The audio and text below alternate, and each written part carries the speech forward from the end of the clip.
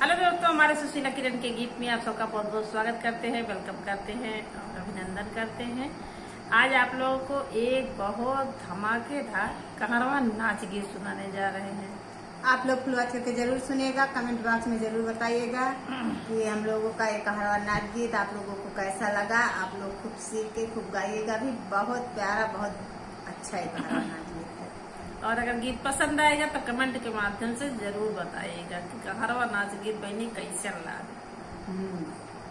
कैसे कैसे हाँ बहनी की देखा, नए थरियम खाते, पुरानी थरियम खाते, एकदम तंग कर दिए हैं नए पुराने चक्कर में। हाँ। तो आवे आप सब लास्ट तक सुनिए, तब पर मजा आए सुने में कि बनी नई का औरत, पुरान का औरत, लोटा नवा रहा, थरिया नई रहा, तब यही सबके ऊपर बाटे बहुत जबरदस्त। हाँ, लेकिन लास्ट तक सुनिए तबे अच्छो लगे। आते तेहे ना आप लोग पूरा सुनिए और सीख के खूब गई हैं। तो आप सब सुने। मधुबनवा से झलके हमार बखरी, मधुबनवा से झलके हमार बखरी, मधुबनवा से झलके हमार बखरी, मधुबनवा से झलके हमार बखरी, हे हमार बखरी हो हमार बखरी, मधुबनवा से झलके हमार बखरी, मधुबनवा से झलके हमार बखरी। सोने के थाली में जवना परोसो, सोने के थाली में जवना परोसो, जवना ना जेवे पुरान पतरी, मधुबनवा से झलके हमार बखरी, मधुबनवा से झलके हमार बखरी, हे हमार बखरी हो हमार बखरी, मधुबनवा से झलके हमार बखरी, मधुबनवा से झलके हमार बखरी।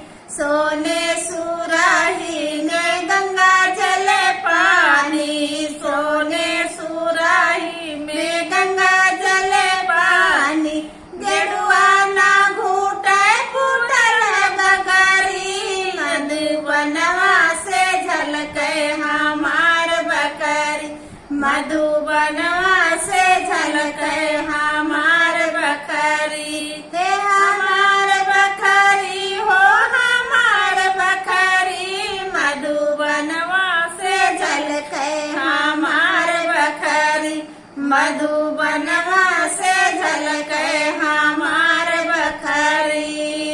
लाओ गाई इलायची कबीरवा जोरायो, लाओ गाई इलायची कबीरवा जोरायो, बिरवा ना पूछे पुरान सुरती, मधुबनवा से झलके हमार बखरी, मधुबनवा से झलके हमार बखरी, हे हमार बखरी हो हमार बखरी, मधुबनवा से झलके हमार बखरी, मधुबनवा से झलके हमार बखरी।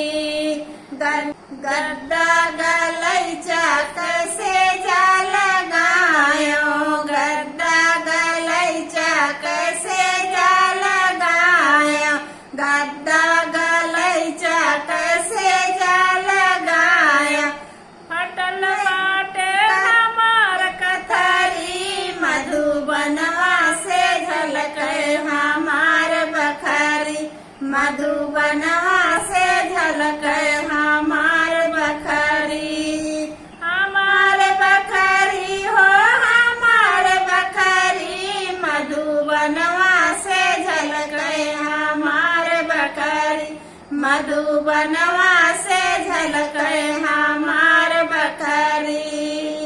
फाटल पे कधरी हमार बखरी, मधुबनवा से झलके हमार बखरी, मधु बनवा से झलक हमार बखरी।